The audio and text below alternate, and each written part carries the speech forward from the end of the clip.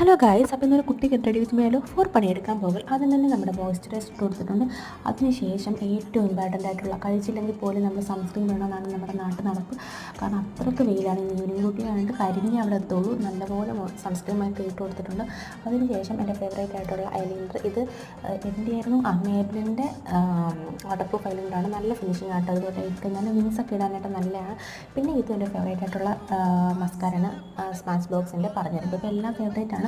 പിന്നെ ഒന്ന് lip liner കൊണ്ട് വരച്ച് കൊടുത്തിട്ടുണ്ട്. ഏതാ ഷെയ്ഡ് നിന്ന് ഞാൻ ഓർക്കുന്നില്ല. പിന്നെ ഈ ലിപ്സ്റ്റിക്ക്, ഇത് ഫ്രണ്ടിൻ്റെ ആയിട്ട്, ഇത് NYBയുടെ ഏതോ ഒരു ഷെയ്ഡാണ്.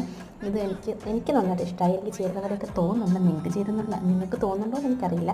പിന്നെ മുടി കിട്ടുന്നതാണ് ഏറ്റവും ടാസ്ക് ആയിട്ടുള്ള പാട്ട്. എനിക്ക് ഏറ്റവും കൂടുതൽ ടൈം പോകുന്നത് അതിനായിട്ട്. പിന്നെ ഒത്തിരി ഇങ്ങനെ അയച്ചിട്ടോ ഷോർട്ടൊക്കെ കാണിച്ചാലും ആകപ്പാട് എത്തിച്ചേരുന്ന രീതിയൊരു ഹെയർ സ്റ്റൈലാണ്. അത് മാത്രമേ എനിക്ക് ഡ്യൂട്ടിക്കൊക്കെ പോകുമ്പോൾ അത് മാത്രമേ അറിയുള്ളൂ, അല്ലെങ്കിലും അതേ അറിയുള്ളൂ. പിന്നെ നമ്മുടെ ബെല്ലാവിറ്റയുടെ പെർഫ്യൂം, പിന്നെ കുപ്പിയും പാട്ടൊക്കെ എടുത്ത് പോവാണ്.